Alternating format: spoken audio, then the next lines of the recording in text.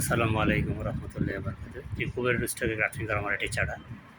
এটাতে এবছর 18টির মতো থোকা ছিল। 3টে থোকা হারভেস্ট করা হয়েছে বা বিভিন্নভাবে নষ্ট হয়ে গেছে। তো এখন গাছের যে স্টেজ আছে আজকে 16 তারিখ মে মাসের। বাইকুলের তুলনায় ডিকসন গাছে দীর্ঘস্থায়ী সময় বেশি নেই পাকতে, এবং এটি সহজে ফাটে না এবং ছত্রাক আক্রমণ হয় না মনে হচ্ছে। বাইকুলোর অলরেডি 2 সপ্তাহ আগেই পেকে ফেটে যাচ্ছে, পচে যাচ্ছে বৃষ্টির কারণে, কিন্তু ডিকসন এটা হয়নি। যদিও আমার বাইকুনোর চারাটি কাটিং চারা ছিল 2021 সালে রোপণ করা।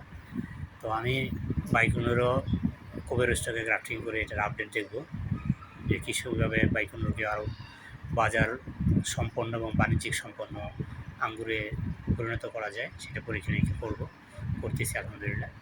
ডিকসন আমার কাছে যেই পরিস্থিতি আছে, বাজারে যে কোনো আঙ্গুরের তুলনায় এটার কোয়ালিটি, টেস্ট এবং শেপ এবং থোকার সাইজ, বেরির সাইজ অনেক বেটার আছে আলহামদুলিল্লাহ। এটা যদি বাণিজ্যিক বাগান করা সম্ভব এবং চেষ্টা চলবে ইনশাআল্লাহ। ধন্যবাদ সবাইকে।